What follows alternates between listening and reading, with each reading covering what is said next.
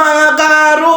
Andito na naman si Karo. Ayan, piniprepare ko na yung mga ingredients mga Karo.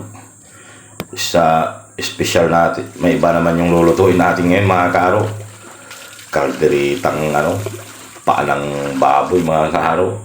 Para may iba naman. Ayan, mantika, bawang. Siyempre magkasunod na yan, sibuyas.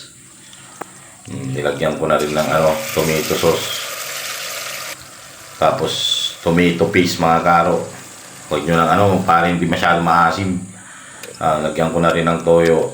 Tapos yung karne ng paa ng baboy mga Karo. Mekos-mekos mo lang yan mga Karo para magkaalo yung mga ingredients dyan, kung ano pa man dyan na nandyan. Paminta. Tapos dyan, fresh water from Manalacan River. Tapos bell pepper, pampabango yan mga Karo. Pag magluluto ko, ilagyan nyo na agad ng ganyan.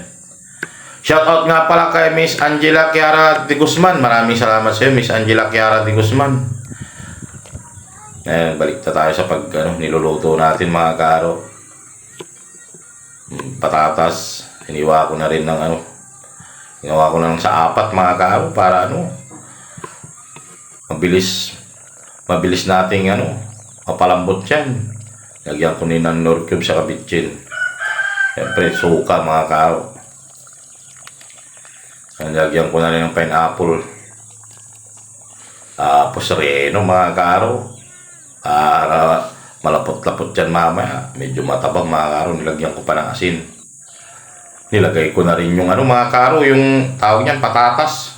Alam niyo na malapit-lapit na yan mga Karo. Ayun na si Karo. Tanghalian tayo dyan mga Karo. Tanghalian na rin kayo dyan. Tagalusong Visayas, Mindanao. Tsaka yung mga nasa ibang bansa dyan. Panghalian na dito sa Pangasinan. Panangod tulad dyan mga dan mga Karo. Mga tutayin amin mga panggalatok.